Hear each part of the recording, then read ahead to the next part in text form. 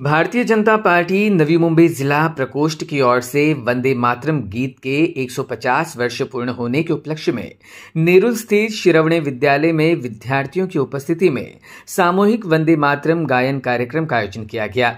यह कार्यक्रम भाजपा नवी मुंबई जिला अध्यक्ष डॉक्टर राजेश पाटिल के नेतृत्व में संपन्न हुआ। इस अवसर पर पूर्व नगर सेवक काशीनाथ पाटिल, पूर्व नगर सेवक राजू शिंदे, महामंत्री नीलेश म्हात्रे, कविता कटकढोंड, प्राचार्य भाग्यश्री चौधरी, सुभाष गायकवाड़, राजेश राय, मालती सोनी, मंडल अध्यक्ष तथा अन्य भाजपा कार्यकर्ता उपस्थित थे। कार्यक्रम में विद्यालय के विद्यार्थियों ने उत्साहपूर्वक एक स्वर में वंदे मातरम गीत गाया। देशभक्ति के जोश से भरे वातावरण में पूरा परिसर वंदे मातरम के नारों से गूंज उठा।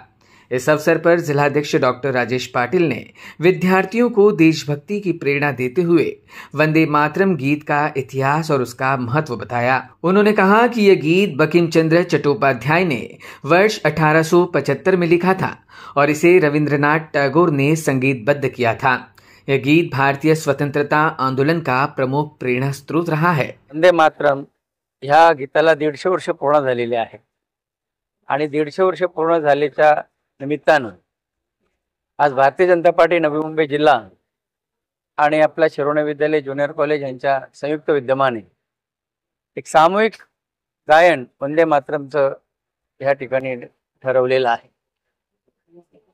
आपल्याला सगळ्यांना माहिती आहे की 150 वर्ष पूर्ण झाली, परंतु ते कोणी लिहिलं तर आपले त्यावेळचे स्वातंत्र्य सेनानी आदरणीय बंकिमचंद्रजी चॅटर्जी यांच्या माध्यमातून ते लिहिलं गेलं।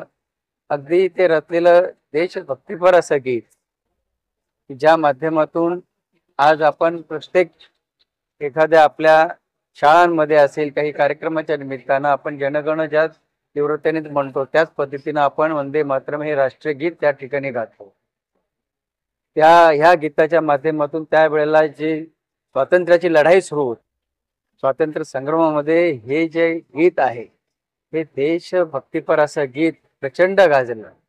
प्रत्येक देशवासियांच्या मनामध्ये देशभक्तीची भावना निर्माण ह्या गीतामुळे त्या ठिकाणी झाली। अतिशय महत्त्वाचं असे एक प्रत्येक त्या वेळेला ते ठरलं आणि अशा ह्या गीताला 150 वर्ष पूर्ण झालेली आहेत। मग ही 150 वर्ष पूर्ण झाल्यानंतर त्याच सन्मानानं त्याच देशभक्तीनं ते इथं गायलं पाहिजे। आपण 2 पॅरेग्राफ गातो, परंतु 6 पॅरेग्राफचं खरं म्हणजे वंदे मातरम हे गीत आहे आणि ते गीत पूर्ण गायलं जावं। पूर्ण गाऊन या ठिकाणी आपल्याला त्यांच्या प्रती आपला सन्मान व्यक्त करण्याच्या दृष्टिकोनातून आज ह्या ठिकाणी नवी मुंबई जिल्ह्याच्या वतीनं वंदे मातरम हे सामूहिक गायन या ठिकाणी झालेले आहे। ह्या आपल्या कार्यक्रमाप्रसंगी आमचे सन्माननीय सर्व जिल्ह्याचे पदाधिकारी, आमच्या शाळेच्या प्राचार्य आणि सगळे शिक्षक आणि सगळे विद्यार्थी मोठ्या संख्येनं ह्या आपल्या देशभक्तीपर गीतासाठी ते गायनासाठी या ठिकाणी उपस्थित आहेत। फक्त अतिशय अर्जंटमध्ये कॉल केले आणि त्याच्यानंतर एवढी उपस्थिती या ठिकाणी लाभली। देशहिताच्या ज्या ज्या गोष्टी होतात, देशभक्तीपर गीताच्या बाबतीत ज्या ज्या गोष्टी या ठिकाणी होतील त्या वेळेला भारतीय जनता पार्टी नेहमीच त्या ठिकाणी अग्रेसर असते। आतापर्यंतच्या इतिहासामध्ये कधीच ह्या गोष्टी घडल्या नव्हत्या, परंतु आपले लोकप्रिय पंतप्रधान नरेंद्र मोदीजी जेव्हापासून 2014 पासून त्यांनी भार सांभाळलेला आहे त्या वेळेला देशहिताच्यासाठी देशाच्या प्रती एक त्या ठिकाणी आदरांजली व्यक्त करण्याच्या दृष्टिकोनातून जे प्रसंग त्या आपल्या संपूर्ण भारतामध्ये आहेत तेवढे प्रसंग जे पूर्वी झाले नव्हते ते प्रसंग आपण ह्या आता कालावधीमध्ये आपण सगळे पाहतोय।